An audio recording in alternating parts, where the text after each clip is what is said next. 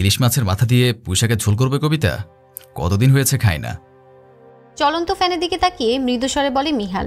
নিজ হাতে সেলাই করা নকশি কাঁথাগুলো আলমারিতে ভাঁজ করে রাখছিল কবিতা।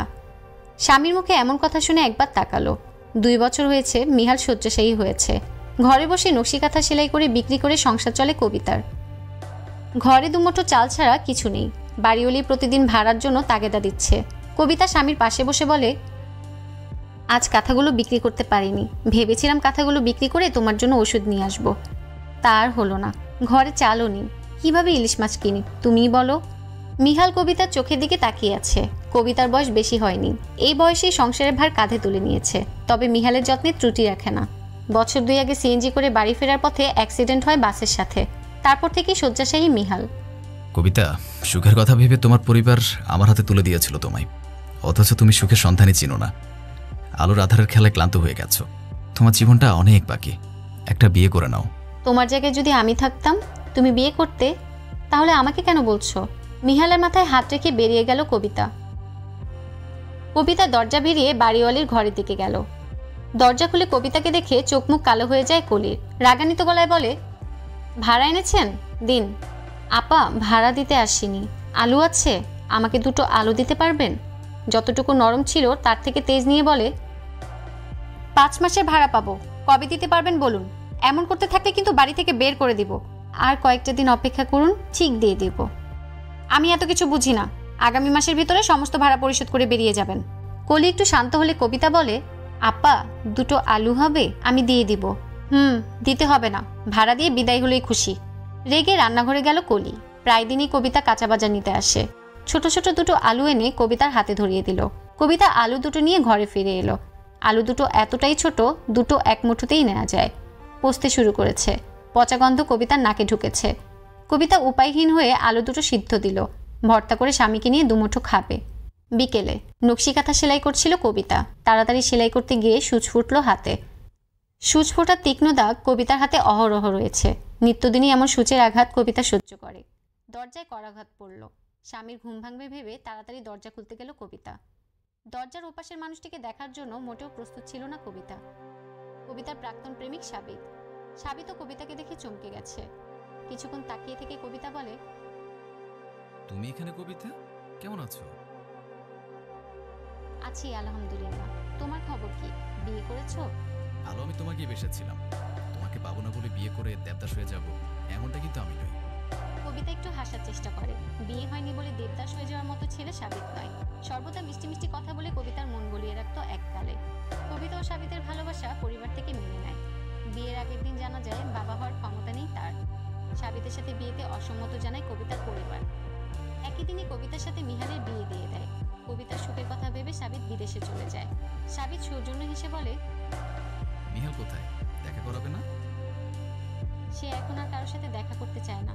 প্যারালাইজড হয়ে গেছে। তুমি তো সবই জানো। তোমার আর আমার জীবন তাহলে একই পথে চলছে, কি বলো? তুমি তো চিকিৎসা করতে দেশের বাইরে গিয়েছিলে, বিয়ে করেছো, সংসার করছো। আমার পথে নেই।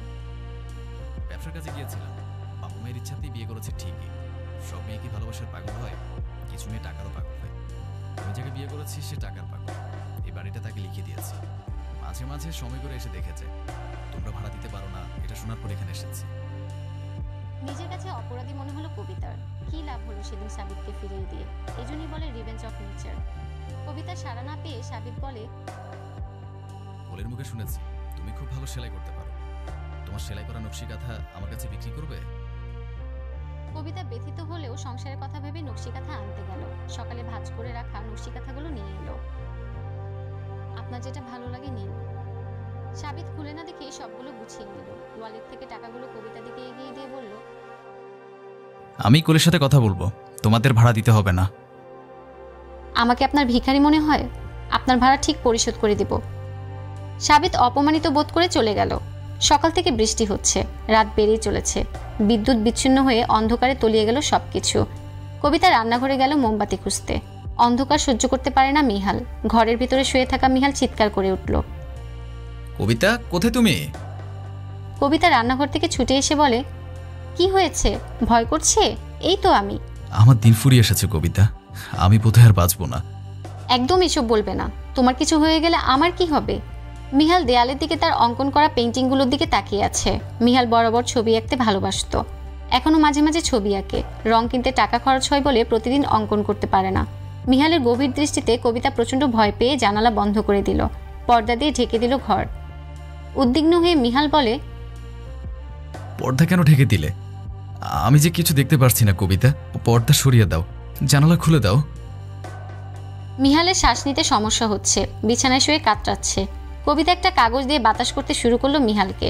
ক্রমশ অস্থির হয়ে উঠছে মিহাল। কবিতার চোখে অশ্রু টলটল করছে। প্রিয়জনের কষ্ট সহ্য করতে পারছে না। অন্ধকার আকাশ আলোকিত করবে কিভাবে? মিহালের মাথায় হাত বুলিয়ে শান্ত করতে করতে বলে, শান্ত হও, আমার কথা শোনো। আকাশে কোনো মেঘ নেই, সকাল হয়ে যাবে এক্ষুনি। সূর্য উঠে তোমার জানালা দিয়ে উকি দিয়ে তোমাকে চাইবে। তুমি এমন ছটফট করলে সে উঠবে না, তোমার সাথে রাগ করবে।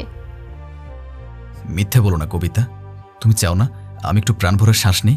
তাহলে খুলে দাও, আমার শ্বাস বন্ধ হয়ে আসছে। চোখ জোড়া বন্ধ করতেই পানিটুকু গড়িয়ে নিচে পড়ল কবিতার। পর্দা সরিয়ে জানালা খুলে দিল। এক দমকা হাওয়া প্রবেশ করে কবিতার মুখে লাগলো। মিহাল কেসে উঠল। এক আলোর রেখা কবিতার মুখে পড়ল। উত্তেজিত হয়ে বাইরে তাকিয়ে ফানুসের সন্ধান পেল কবিতা। মিহালকে শান্ত করার শেষ অবলম্বন খুঁজে পেল। দেখো মিহাল, আকাশটা পরিষ্কার হয়ে গেছে, সূর্য উঠেছে। মিহালের ঝাপসা চোখ খুলে ফানুসকে স্পষ্ট দেখতে পেল না, পেল এক আলোর সন্ধান। কবিতার কথা বিশ্বাস করে নেয়। এত তাড়াতাড়ি সকাল হয়ে গেল? এত তাড়াতাড়ি কই, কতক্ষণ বিছানায় শুয়ে ছটফট করেছ। অতঃপর বাইরের পরিবেশ শান্ত হয়েছে। মিহাল ঘুমিয়ে পড়েছে। কবিতা বুকে হাত দিয়ে দীর্ঘশ্বাস নিল। মোনাজাতের ভঙ্গিতে আল্লাহ শুকরিয়া আদায় করলো, কারোর জন্য তার স্বামীর প্রাণটা বেঁচে গেছে। পরদিন সকালে ঘুম ভাঙতেই বাইরে হট্টগোল শুনতে পেল কবিতা। মিহালের গায়ে কাঁথাটা টেনে জানালা দিয়ে উকি দিল। ভিড় জমে আছে। সাবিতের অগ্নিদগ্ধ দেহ। অজান্তেই অশ্রু ঝরে পড়ল। কোনো এক প্রহরে একসাথে থাকার প্রতিশ্রুতি দিয়েছিল। সেই ভালোবাসা মানুষটি আর নেই। ভাবতেই ভেতরটা দুমড়ে মুচড়ে উঠছে।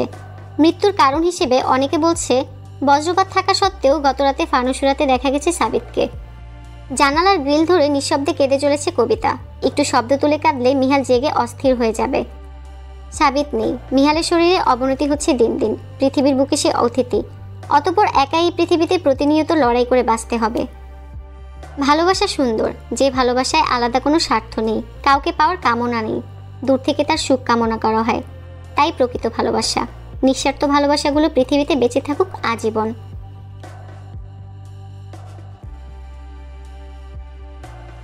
মোহনা রান্নাঘর থেকে শাড়ির আঁচলে হাত মুছতে মুছতে রুমে ঢুকতেই দেখতে পেল প্রতিদিনকার মতো আজও আদিত্য ল্যাপটপ নিয়ে কাজে ব্যস্ত। মোহনা মনমরা হয়ে রুমে ঢুকল।